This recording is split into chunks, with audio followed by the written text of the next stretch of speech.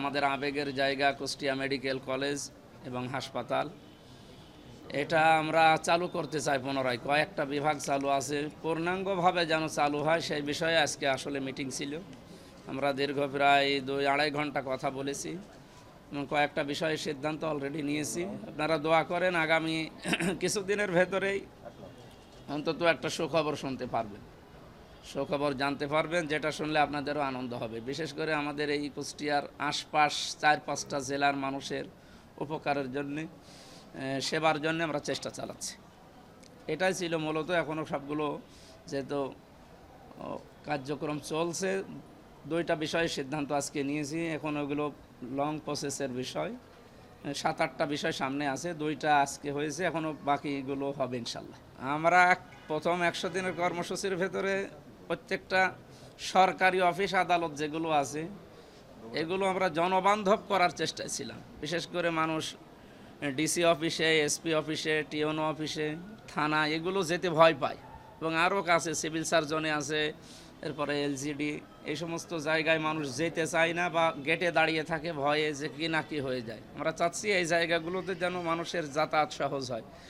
আমার মনে হয় কয়েকটা বিষয় আমি একটু উদ্যোগ নেওয়ার কারণে অনেক সহজ হয়েছে। এখন ডিসি সাহেবের রুমে আমি যে কয়েকদিন গেলাম, মানুষ আগে তো ডিসির কাছে অন্তত যাওয়ার জন্য যে সিস্টেম ছিল, আমি নিজেও গিয়েছি সেই 19 সালে 18 সালে, তো এখন সে সিস্টেম অনেকটা পাল্টিয়েছে। আপনি যে দেখবেন ওনার যে সেবাটা এখন, সেই সকাল 10টা থেকে শুরু হয়ে প্রায় ওনার যতক্ষণ পর্যন্ত শরীর পারে চেষ্টা চালিয়ে যাচ্ছে। এবং থানাতেও ওই অবস্থা না হলেও আসতেছে, এর কয়েকদিনে আর কি করা যাবে, চেষ্টা চালাচ্ছে, ইনশাল্লাহ হবে। মেডিকেল এবং সদর নিয়ে কিছু অভিযোগ আমার কাছে আছে লিখিত, এগুলো আমি জানিয়েছি, সদরে জানিয়েছি এবং সময় দিয়েছি, এগুলো পাল্টাতে হবে। ওনারাও প্রথমে অন্তত ভুল স্বীকার করে এবং কি মাপ চেয়েছে যে এটা আসলে আমাদের কন্ট্রোলের বাইরে ছিল এবং উপরওয়ালার দোষ দেয়। উপরওয়ালা কুষ্টিয়ায় কেউ নেই, উপরওয়ালা এখন আমি। সুতরাং যা হবে, কিছু হলে আমারে জানাবেন। দালালদের এবং ওই যে বিভিন্ন স্পিরিট মানির কথা বলা হয় এবং কালো কিছু হাত আছে, এই হাতগুলোর কথাও গোপনে কেউ কেউ জানিয়েছে। আমি সরাসরি জানিয়েছি যে 2 নাম্বারই কেউ যদি করতে চায় সরাসরি বলবেন যে মাওলানার কাছে টাকা দেওয়া আছে বা এই বিষয় বলা আছে, আপনারা ওনার কাছে যান। মানে এত ক্ষমতা নিয়ে কে চলে কুষ্টিয়ায়, আমি দেখব বাকিটা। নির্বাচন চলাকালীন সময়ে, সেই সময় তো আমরাও আপনাদের মতো।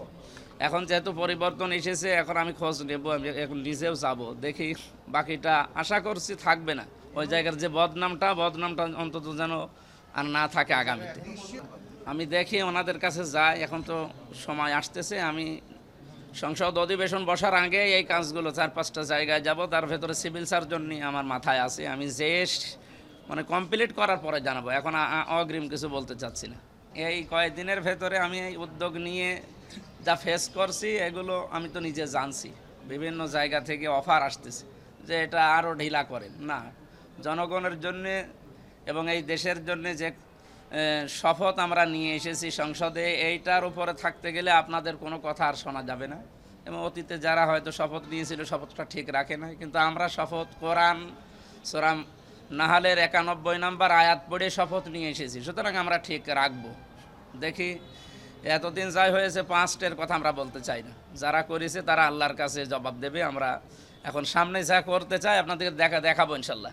এটা আমি এসপি সাহেব তো এখন নেই, ওনার পরিবর্তে এএসপি এসেছে। কই প্রণববাবু কই? ওনাকে আমি বলবো এই বিষয়টা যেন এখানে অন্তত তদারকি করার জন্য এবং ফোর্স যেন এখানে রাখে। এরপরও যদি না হয় একটু এখানে আসেন, ওনাকে আমি ভালোভাবে বলছি।